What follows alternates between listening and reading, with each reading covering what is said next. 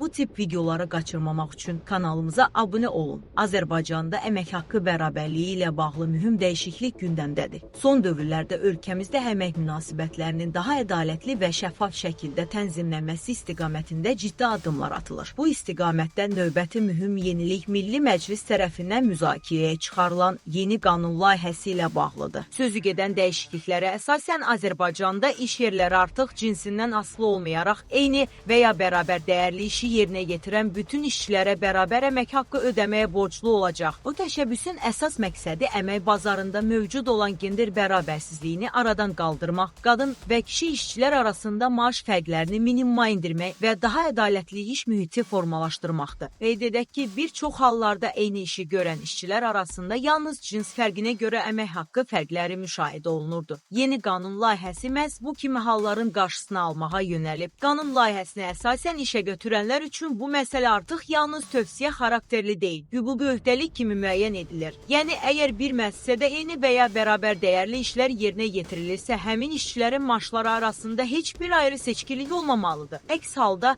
bu, əmək qanunvericiliyinin pozulması kimi qiymətləndiriləcək və müvafiq tədbirlər görülə bilər. Bu dəyişiklik həm də beynəlxalq əmək standartlarına uyğunlaşma baxımından böyük əhəmiyyət daşıyır. Dünyanın bir çox inkişaf etmiş ölkələrində artıq uzun illərdir tətbiq olunan bərabər işə bərabər əmək haqqı prinsipi Azərbaycanda da hüquqi müstəvidə daha güclü şəkildə təsbit olunmağa başlayır. Bu isə ölkənin sosial siyasətində mühüm bir əlləyiş kimi qiymətləndirilir. Ekspertlər hesab edir ki, bu addım yalnız hüquqi dəyişiklik deyil, həm də cəmiyyətin sosial düşüncəsinə təsir edən vacib qərardır. Çünki əmək haqqında bərabərlik yalnız iqtisadi məsələ deyil, həm də sosial ədalətin təmin olunması deməkdir. Bu dəyişiklik qadınların əmək bazarında daha aktiv iştirakına, karyera imkanlarının genişlənməsinə və ümumilikdə iqtisadi inkişafın sürətlənməsinə müsbət təsir göstərə bilər. Digər tərəfdən işə götürənlər üçün də bu yenilik müəyyən məsuliyyətlər yaradır. Onlar artıq əmək haqqı sistemlərini yenidən nəzərdən keçirməli, işçilərin gördüyü işin dəyərini obyektiv şəkildə qiymətləndirməli və bütün əməkdaşlara ədalətli yanaşmanı təmin etməlidirlər. Bu isə müəssisələrdə daha şəffaf və peşəkar idarə etmə sisteminin formalaşmasına gətirib çıxara bilər. Qeyd etmək lazımdır ki, bu qanun layihəsi hələ müzakirə mərhələsində olsa da qəbul ediləcəyi təqdirdə əmək bazarında ciddi dəyişikliklərə səbəb olacaq.